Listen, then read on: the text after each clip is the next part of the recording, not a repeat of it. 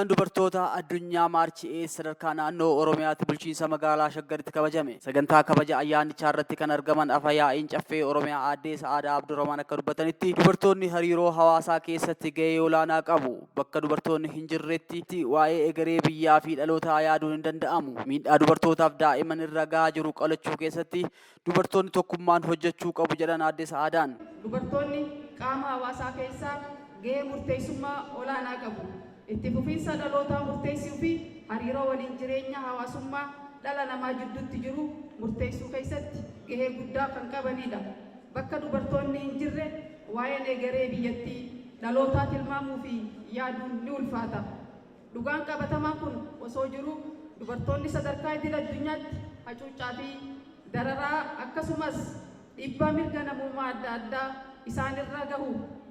Keessumaa immoo kan yeroo garagaraatitti dubartoota keenya irratti taasifamaa jiru yeroo gareerootti dabalaa dhufaa jira.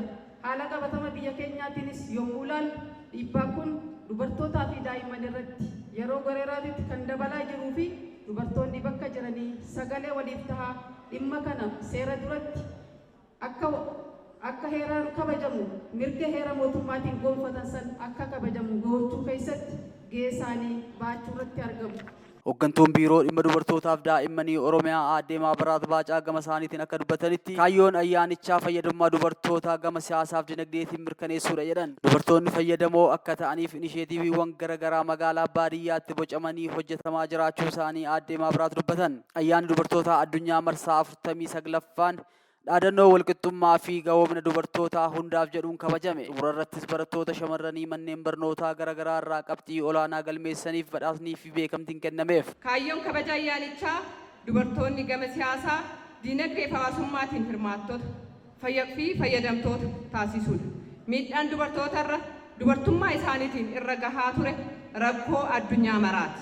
Garuu akkaataa sadarkaa guddina siyaas diinagdee fi hawaasummaa biyyootatiin sadarkaa fi gosa miidhaan garaagarummaa kan qabudha.